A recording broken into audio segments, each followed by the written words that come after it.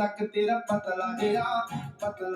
ਜਦੋਂ ਤੁਰਦੀ ਸਤਾਰਾ ਬਣ ਖਾਵੇ ਮੋਰਨੀ ਜੀ ਤੋਰ ਕੁੜੀਏ